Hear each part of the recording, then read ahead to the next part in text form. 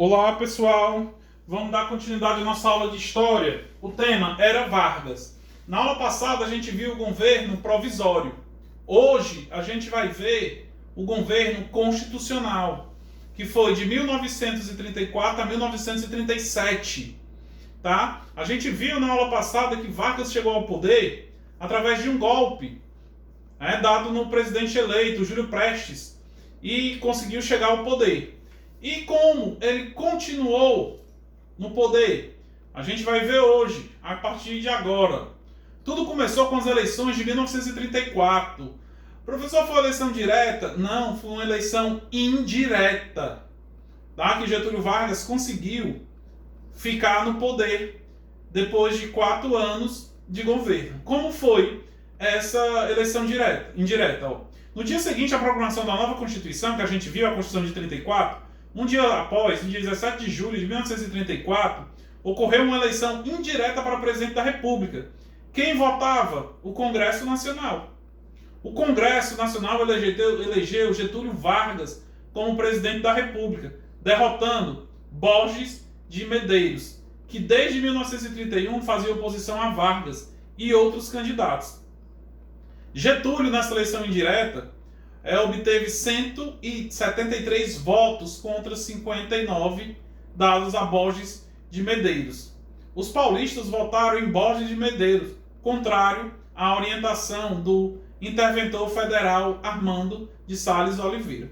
Pessoal, ambos os dois, tanto Getúlio como Medeiros, eram do Rio Grande do Sul. Tanto é que vocês estão vendo as duas bandeirinhas aí do Rio Grande do Sul.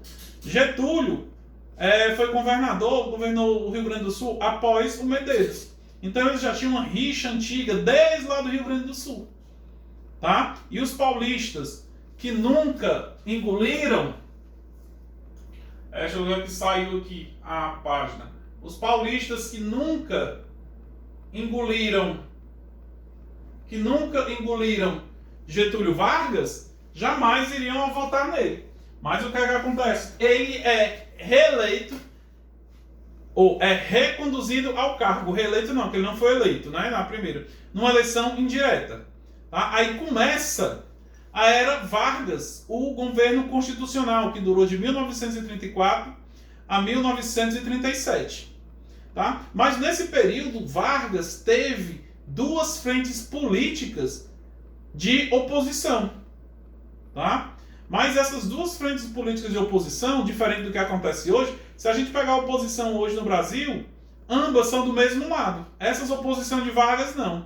Ambas eram contrárias uma à outra. Quer dizer, a Ação Integralista Brasileira era contra Vargas e a Aliança Nacional Libertadora também era contra Vargas. Mas uma era contra a outra também. Elas não se gostavam. Elas não se uniam por um objetivo comum. Tá? Então Vargas teve que enfrentar tanto uma como a outra. Nessa foto aí, no período do governo constitucional de Vargas, está ele e o presidente dos Estados Unidos, Franklin Delano Roosevelt. Aquele mesmo lá que fez o New Deal, o novo acordo. Que tirou mais ou menos os Estados Unidos da crise de 29. Tá? Aí tem Vargas e Franklin Delano Roosevelt, presidente dos Estados Unidos da América. Tá? Mas vamos ver aqui, ó. Vamos falar um pouco primeiro da Ação Integralista Brasileira, A e B. Só em vocês olharem a foto ali, já devem notar que eles tinham relações com o nazismo e o fascismo. A pessoa tinha relações diretas? Não, relações indiretas. Porque as teorias que eles queriam aplicar no Brasil eram as teorias do nazismo e do fascismo.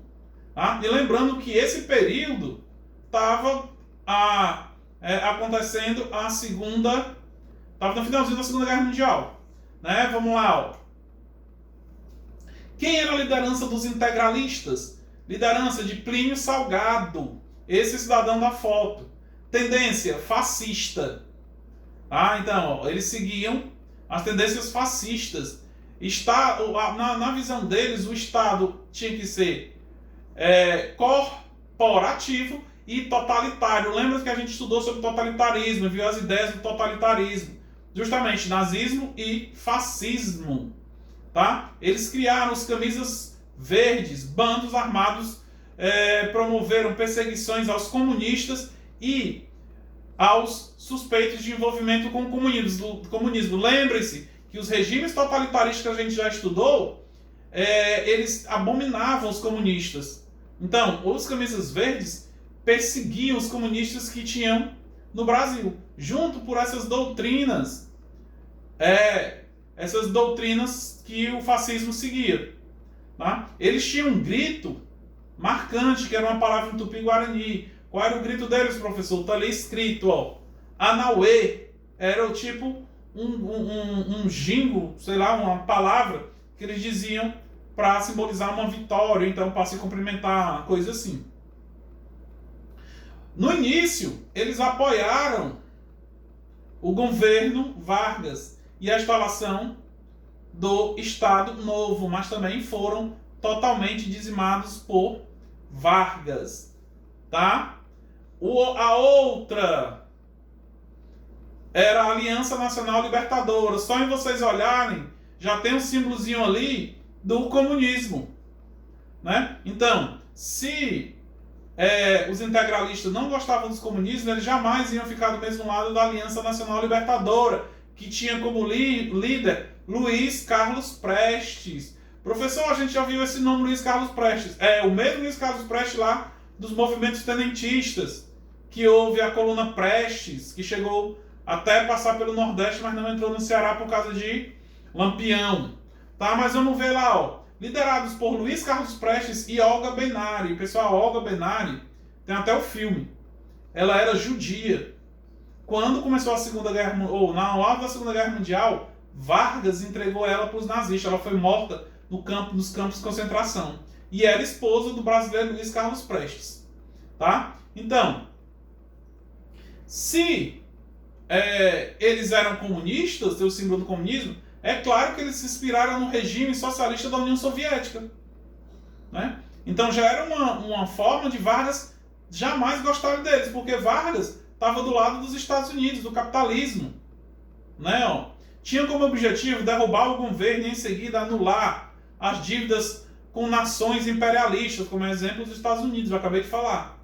Conceder liberdades públicas e reforma agrária, característica do socialismo, do comunismo. A reforma agrária, dividir terras, né? Por exemplo, muitas terras na mão de poucos, dividir essa terra para os que não tinham. O que é isso? Uma característica do socialismo. Então ele queria implantar o comunismo. E ele fez a intentona comunista. Revolta, que foi uma revolta, aconteceu aonde? Nas capitais, Natal, capital do Rio Grande do Norte, Recife, capital do Pernambuco, e Rio de Janeiro, capital do Rio de Janeiro, em 1935, cujo objetivo era tomar o poder, tomar o poder. Mas o que foi que acabou acontecendo? Foram sufocados pelo governo Vargas, tá? E acabou prendendo ambos. Vamos lá. Aí chega o final de chega o ano de 1937. Pessoal, Vargas não podia mais se candidatar a presidente da República. Por quê? Porque ele já estava no segundo mandato. E segundo a Constituição, a eleição tinha que ser direta para presidente. Qual foi a ideia de Getúlio Vargas? A ideia que Vargas teve? Criar o Plano COI. Professor, o que foi o Plano COI?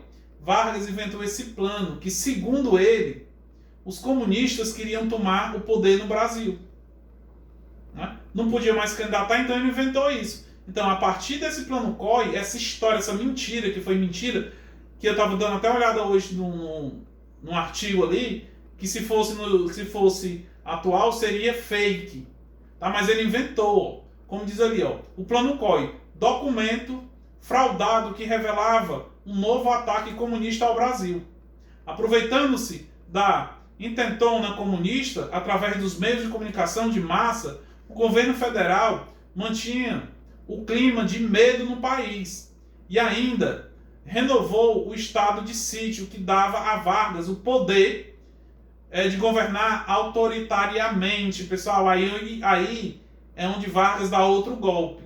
Inventando que os comunistas queriam tomar o poder, ele fica mais uma vez na presidência, cancela as eleições e fica mais uma vez na presidência. Aí é onde acaba o governo constitucional, que durou de 1934 a 1937. Mas ainda no ano de 37 teve outra Constituição. Tá? Vamos ver o que é que tinha nessa Constituição. Com o argumento de findar agitações no país, Vargas fechou o Congresso e impôs uma nova Constituição, apelidada de Polaca, inspirada no fascismo, ou na fascista Carta Magna polonesa. Vamos ver o que é que dizia. Pessoal, a partir daqui, a gente estudou sobre o regime totalitarista. Vargas começa literalmente uma ditadura no Brasil, que a partir dessa Constituição deu início à terceira fase do governo de Vargas, que foi o Estado Novo, mais conhecida a ditadura Vargas, a ditadura do Estado Novo, que durou de 1937 a 1945. Mas vamos ver aqui por que foi que esse período ficou conhecido como ditadura Vargas. Olha o que foi que ele fez na Constituição. Caberia ao presidente nomear os interventores, governadores estaduais. E estes deveriam nomear as autoridades municipais. O que é que acontece? Foi canceladas as eleições para governadores e seriam indicadas pelo Getúlio Vargas. E esses governadores que o Getúlio indicavam os prefeitos. Pessoal, quando a gente estiver vendo ditadura militar, vocês vão ver que os atos institucionais falavam isso. Aí a gente vai lembrar dessas aulas aqui que a gente está tendo, essas aulas que a gente está tendo aqui pela internet. Outra coisa que fez, a justiça eleitoral e os partidos políticos foram extintos. Lembre-se que na Constituição, vou falar, justiça eleitoral. Lembrem-se, eu vou voltar aqui à aula da semana passada. Lembrem-se, que no governo provisório, ele criou a justiça eleitoral. Tá aí, criou a justiça eleitoral para conduzir o processo eleitoral. E em 1937 ele fechou a justiça eleitoral. Tá? Então, já estava agindo como um governo totalitarista. Fecha a justiça eleitoral e os partidos políticos foram extintos. Não tinha mais partido, apenas o dele, que nem o dele não precisou, que ele não precisou de partido para ser eleito. Foi suspenso o direito de mandato de segurança ou ação popular. O que é que acontece? O mandato de segurança é para que você se você tivesse prestes a ser preso, você pode ter um mandato de segurança e não ser. Tá? E qualquer ação popular contra o governo foi proibida. Tá? A instituição da censura prévia aos meios de comunicação. Isso a gente vai ver vendo ditadura militar. Os meios de comunicação estavam obrigados a publicar ou transmitir os comunicados do governo. Foi proibido o direito de greve. Previsão de pena de morte para crimes políticos. O poder legislativo em todos os níveis foi extinto, quer dizer, Assembleia Legislativa, Senado Federal, Câmara de Vereadores, tudo foi extinto. Assim, não existia mais as câmaras de vereadores ou deputados estaduais, como eu acabei de dizer. Então, tudo isso levou ao início da ditadura Vargas, chamado Estado Novo, que é a terceira parte do governo Vargas, do primeiro governo Vargas que a gente está estudando. Aí, próxima aula, a gente vê isso, tá? Agora, a atividade. Pessoal, eu deixei lá na plataforma que não ia ter, ou que a atividade ia ser passada por aqui. Mas como a gente ainda não terminou o capítulo, essa semana a gente não vai fazer atividade. Tá? Não tem atividade essa semana. Tá bom? Abraço.